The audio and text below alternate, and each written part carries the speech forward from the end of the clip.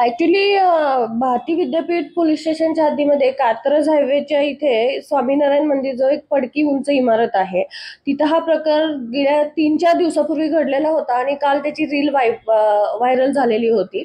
तर त्याच्यामध्ये आम्ही त्यावेळेला त्यांची नावं निष्पन्न होती, त्यामुळे अनोळखी इसमांविरुद्ध गुन्हा दाखल केलेला होता.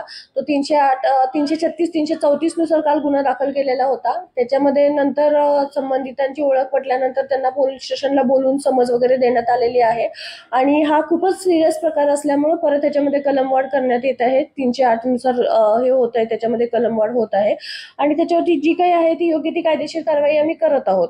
कारण सोशल मीडियावरती कुणीही कुठलीही पोस्ट टाकताना ह्या जबाबदारीची जाणीव ठेवावी की त्याचा संपूर्ण समाजावरती परिणाम होत असतो. ती जी घटना असते किंवा ती जी गोष्ट आपण सोशल मीडियावर टाकत असतो, अशा गोष्टी टाकण्याने कदाचित लहान मुलं त्याचं अनुकरण करू शकतात आणि एखाद्याच्या जीवाचा बळी म्हणजे एखाद्याचा बळीही जाऊ शकतो. त्यामुळे ह्या जबाबदारीचं भान ठेवूनच नागरिकांनी किंवा कुणी तरुण तरुणी असतील यांनी भविष्यात ही अशा पोस्ट करताना ह्याची काळजी घ्यावी, अन्यथा त्यांच्यावरतीही तेवढीच स्ट्रिक्ट कारवाई केली जाईल.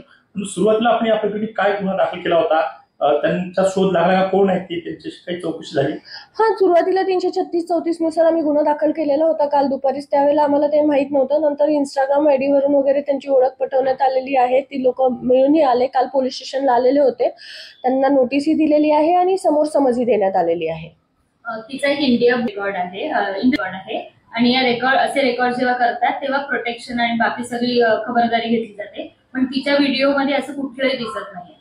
रेकॉर्डच्या व्हिडिओबद्दल मी बोलू शकत नाहीये, पण तिचे इतर जे व्हिडिओ पाहिले त्याच्यामध्ये कुठेही प्रोटेक्शन वापरलेलं नाहीये, सेफ्टी गार्डचे काही हे घेतलेले नाहीयेत आणि म्हणूनच त्यामुळे म्हटलं की अशा गोष्टी करताना योग्य प्रोटेक्शन मध्ये योग्य गायडन्स खाली करणं गरजेचं असतं. हा आपला नियमच आहे, रूलच आहे, त्यानुसार त्यांनी ते करायला पाहिजे होतं.